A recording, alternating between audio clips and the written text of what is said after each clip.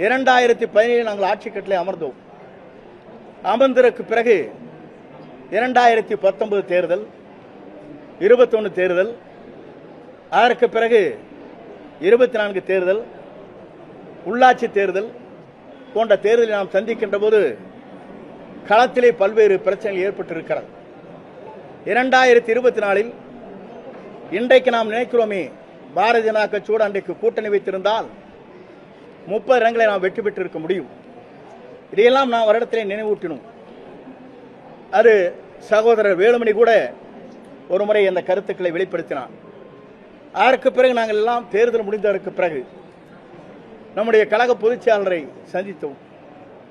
சந்தித்ததற்கு காரணமே, கழகம் தொய்வோடு இருக்கிறது.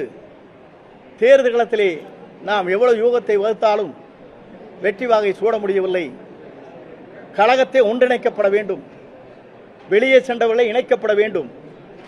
அதே நேரத்தில் மக்கள் என்ன நினைக்கிறார்களோ அதை நாம் நிறைவேற்ற வேண்டும் என்ற முறையிலே அன்றைக்கு அண்ணன் நத்தம் விஸ்வநாதன், சகோதரர் எஸ்பி வேலுமணி, சகோதரர் தங்கமணி, சகோதரர் அன்பழகன், சகோதரர் சி.வி. சண்முகம், நாங்கள் 6 பேரும் அவரை சந்தித்தோம். இந்த கருத்து பரிமாற்றங்களை நடைபெற்றது. கருத்து பரிமாற்றங்களை அவர் கேட்டதற்கு பிறகு அதற்கு அவர் பொறுத்தவரையிலும் அந்த கருத்தை ஏற்றுக்கொள்கிற மனநிலையே அவர் இல்லை. நான் எதற்காக நான் சொல்கிறேன் என்றால், மறப்போம், மன்னிப்போம். வெளியே சென்றவளை நாம் அரவணைத்தால் மட்டும்தான் இந்த தேர்தல் களத்தில் நாம் வெற்றி பெற முடியுமே தவிர, இது நம்முடைய தலைவர்கள் நமக்கு கற்றுத்தந்திருக்கிற பாடம். புரட்சித் தலைவரோட செல்வாக்கு மிக்க தலைவர் இல்லை. புரட்சித் தலைவர் அம்மாவுடைய செல்வாக்கு மிக்க தலைவர் இல்லை. 2019, 2010 நாம் டெபாசிட் இழந்ததற்கு பிறகு கோவையில் நடைபெற்ற கூட்டம் என்பது, கோவை குலுங்கியது, மதுரை நடுங்கியது, திருச்சி திரும்பியது என்று அவருடைய கூட்டம் என்பது 15 லட்சத்திற்கும் மேற்பட்டவர்கள் அந்த கூட்டத்திலே கலந்து கொண்டார்.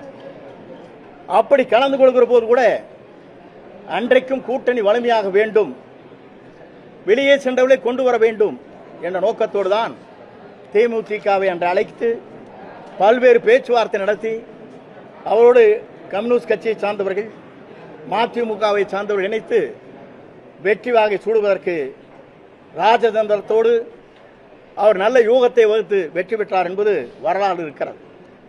அதற்கு பிறகு 16 அவர் அப்படித்தான் வெற்றி பெற்றார். ஆனால் இன்றைய நிலை அப்படி அல்ல. வெளியே சென்றவர்களை நாம் அரவணைக்க வேண்டும். வெளியே சென்றவர்களுக்கு சென்றவர்கள் வேண்டுகோளை அதைத்தான் வைக்கிறார். நான் ஒன்றே உங்களிடத்தை சொல்ல விரும்புகிறேன்.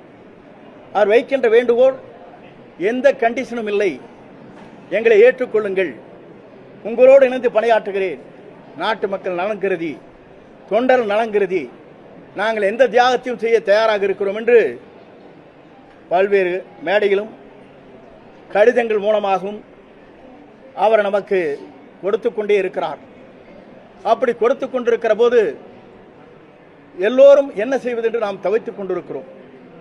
யார் இதை பற்றி சொல்வது என்ற நிலையிலேதான் இன்று மனம் திறந்து பேசுகிறேன் என்று இங்கே உங்களிடத்திலே நான் சந்தித்துக் கொண்டிருக்கிறேன்.